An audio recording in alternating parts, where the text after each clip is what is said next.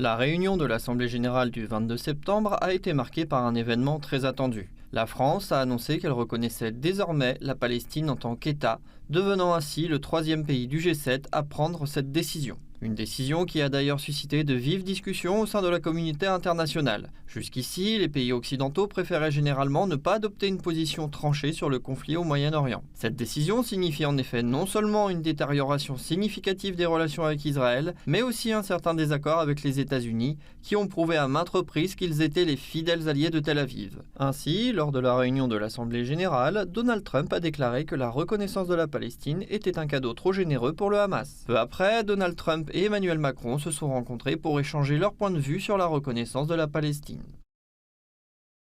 Je pense que cela fait honneur au Hamas. Nous ne pouvons pas le faire en raison du 7 octobre, c'est tout simplement impossible. Nous voulons récupérer les otages, mais nous ne voulons pas que cela nous impose des conditions ou prenne des années. C'est nous qui avons récupéré les otages. Je le dis toujours, et je l'ai dit à Steve et à Marco. Les derniers otages seront les plus difficiles à récupérer, mais nous ne pouvons pas les honorer en faisant ce que vous suggérez. Tout ce que nous pouvons faire, c'est déclarer « Nous voulons récupérer nos otages. Nous voulons que la guerre prenne fin. Nous continuerons de le vouloir. »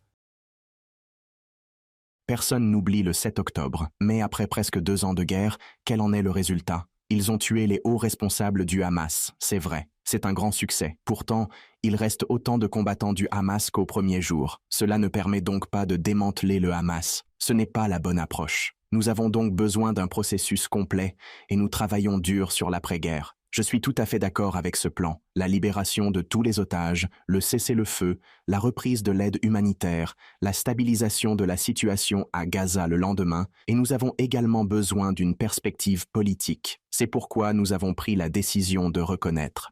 En reconnaissant la Palestine, Emmanuel Macron a visiblement décidé de laisser son empreinte dans l'histoire. Pourtant, le président français tente par tous les moyens de ménager la chèvre et le chou.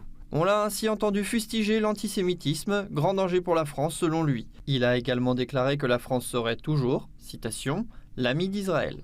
Et en particulier, je pense que la mobilisation que nous avons lancée permet d'accroître la pression sur Israël et permet aussi, sur le gouvernement de M. Netanyahou, mais elle permet aussi de montrer à tous les Israéliens que c'est un projet de paix, qu'on veut le faire avec eux. C'est une main tendue. La France est l'ami d'Israël. Mais vous avez déjà répondu, Benyamin Netanyahou. Il vous a dit il n'y aura pas d'État palestinien. En fait, il n'a pas de projet. Il n'a plus de projet.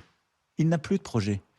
Si votre projet, c'est de détruire votre voisin, vous condamnez votre peuple à vivre dans la guerre perpétuelle. Bien que Donald Trump soit manifestement mécontent du nombre de pays ayant reconnu l'État palestinien, il continue de réaffirmer sa volonté d'instaurer la paix dans la région. Le président américain a ainsi